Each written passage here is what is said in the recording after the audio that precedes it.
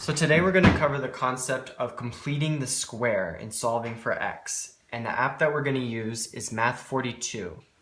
Math42 is a free app that you can download on the iTunes Store. So once you've opened the app, this is the interface that you're going to see, where you can input different equations and expressions. And in the top left, you can select this drop-down menu where it saves all the different equations that you've used. So let's go ahead and complete the square for this first one. So we have x squared plus 14x minus 49 equals 0. And once you've inputted this equation, it gives you different suggestions. So let's solve the equation for x. Now, and they'll give you step-by-step instructions on what we've done to solve for x. Now, before we can complete the square, we need to isolate the variables onto one side of the equal sign. So we add 49 to both sides. And you actually can maximize this and see that we add 49 to both sides of the equation. Now, once we've done that, we have x squared plus 14x equals 49.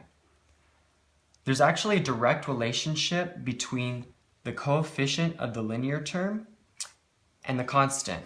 And this relationship is the coefficient, so 14 divided by 2 squared.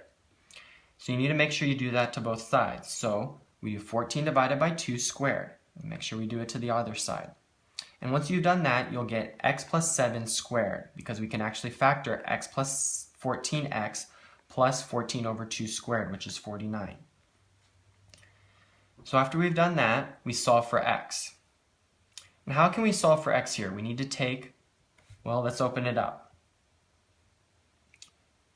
Apply the inverse operation.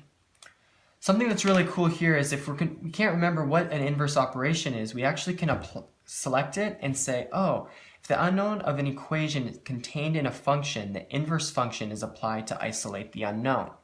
So basically what students have here is an entire textbook offered to them, because if they can't remember what completing the square is, they can go through it and read about it and then remember, oh yeah, this is what completing the square is. So let's go back down here. So we take the inverse operation of squaring. So what's the inverse operation? Good, the square root. So we take the square root of both sides. So we have the square root of x plus 7 squared equals the square root of 98. So square root of x plus 7 squared becomes x plus 7 equals square root of 98. However, remember when we take the square root, it can either be plus or minus. So after we've created our two equations, then we go through and solve for x. So x is equal to 2.9 and x is equal to negative 16.9. Now a lot of students might think, what exactly do these values mean to us? So another useful tool in Math42 is you can go up here to the graph and actually show them on the graph where this function crosses the x-axis. So here the orange is our x-axis. So it crosses the x-axis at negative 16.9, and it also crosses at 2.9. So let's go ahead and do another one. Let's do x squared plus 8x minus 20 equals 0. So let's solve the equation for x, separate the terms, then we complete the square. How do we complete the square again? Let's go ahead and look at it. Oh yeah, then we can read about it. Oh yeah, we take b, which is our coefficient of our linear term, b here, divided by 2 squared. So then let's open this up. Oh yeah, so it's 8 divided by 2 squared. Make sure we do it to both sides. Then we create two statements because we're taking the square root of both sides, and we solve for x. So x is equal to 2 and x is equal to negative 10. Hey, look at that. Crosses at negative 10 and 2. Another really useful tool for students is if they're studying for a test or just wanting to train their math skills a little bit better, they can take these different tests. So you can select a medium test and go through and solve this.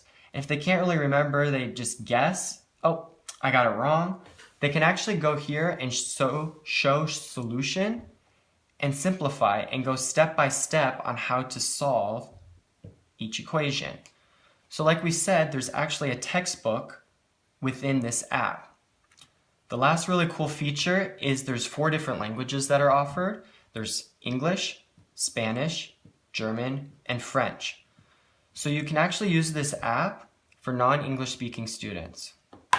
I hope you enjoyed this little tutorial on Math 42 and completing the square, and I hope you continue to use this app. Thanks.